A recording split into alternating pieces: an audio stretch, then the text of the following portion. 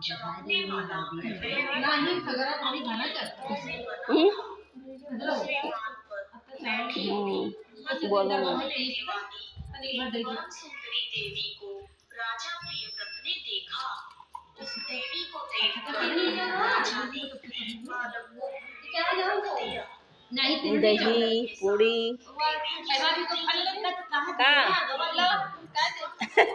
प्रिय पत्नी षष्ठी देवी थी। बस शांत विग्रह ग्रीष्मकालीन सूर्य उन्हें प्रसन्न देखकर राजा ने पूछा, हे देवी तुम कौन हो? राजा प्रियव्रत की बात सुनकर देवी ने उनसे कहा, राजन भगवती मूल प्रकृति के छठे अंश से प्रकट हुई मैं देवी षष्ठी हूँ। इस संसार में छठ माता के नाम से प्रसिद्ध हूँ।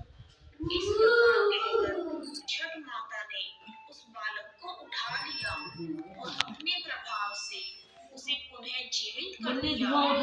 जब राजा ने देखा तो वह स्वर्ण के समान ले जो बाहर रख दो बरामदा में। अब भाई जब अगियार करे खोए तब ले आए बालक की ओर देख ही रहे थे। नहीं करे खोए उस बालक को लेकर आकाश में जाने लगी। यह देखकर राजा के कंठ और तालु सूख गए। उन्होंने माता की स्तुति की। तब प्रसन्न हुई माता ने कहा, तुम सर्वत्र प्रकृति यानी सूर्य, उषा, जल तथा वायु की पूजा कराओ और स्वयं भी करो। प्रकृति की आराधना से तुमको समस्त संसार वर्ष भर बेटे खाए दवा स्वस्थ और निरोगी रहेंगे। हैं एक होए ना ओमा प्राप्त होंगे।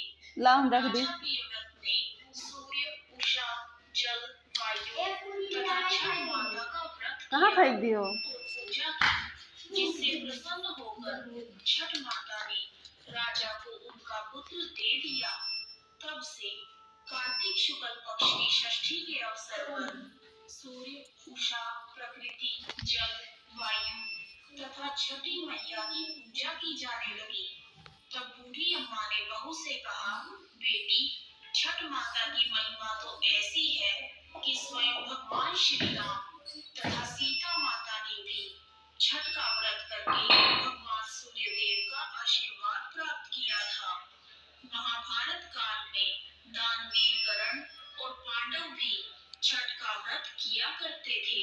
यह सब सुनकर वह आधुनिक युग वाली बहू बोली, ये सब मनगढ़ंत कहानियां हैं, मैं इन पर विश्वास नहीं करती। यह सुनकर बूढ़ी अम्मा छठ माता से क्षमा मांगने लगी और बहू को फिर से समझाने की कोशिश करती है कि बेटी हजारों सालों से चली आ रही इस परंपरा का मजाक मत उड़ाओ तथा तुम भी मेरे पोते की दीर्घायु के लिए छठ माता का पूजन करो। बूढ़ी अम्मा की बात को सुना अनसुना करके बहू वहां से चली गई। बूढ़ी अम्मा ने बड़ी श्रद्धा के साथ नहाए खाए का दिन किया और उधर बहू ने पूरा दिन घर के बाहर मौज मस्ती में बिता दिया। अगले दिन छठ के पर्व का दूसरा दिन यानी कार्तिक मास की शुक्ल पक्ष की पंचमी आई, जिसे खरना या लोहंडा के नाम से जाना जाता है। संध्या काल में जब अम्मा ने बहू को खीर रोटी का प्रसाद दिया तो फिर से बहू ने कहा, माँ इतना कठिन निर्जला व्रत क्यों कर रही हो? सिमरन उका हुए धई दे हमरो बना ले क्या फायदा होगा? उका हुए धई सुने यह सुनकर बूढ़ी अम्मा ने बहू को फिर से छठ माता की महिमा समझाने की कोशिश की, परंतु बहू ने उन सभी बातों को अनसुना कर दिया और अपने कमरे में जाकर सो गई। वैसे तो बूढ़ी माँ कई साल से अपनी बहू को छठ माता की महिमा बताने की कोशिश कर रही थी और हर साल उनकी बहू इसी प्रकार सुना अनसुना कर देती थी, परंतु इस बार ना जाने क्यों अम्मा का दिल बहुत घबरा रहा था और वह बार बार छठ माता से प्रार्थना कर रही थी, माँ यह बच्ची नादान है, इसे क्षमा करना, यह आपकी उनकी महिमा को नहीं जानती। माँ, इसे क्षमा करना। अगले दिन कार्तिक मास की षष्ठी थी। सब लोग पूजा की तैयारी में जुटे थे, परंतु बहू अपने कमरे में सो रही थी।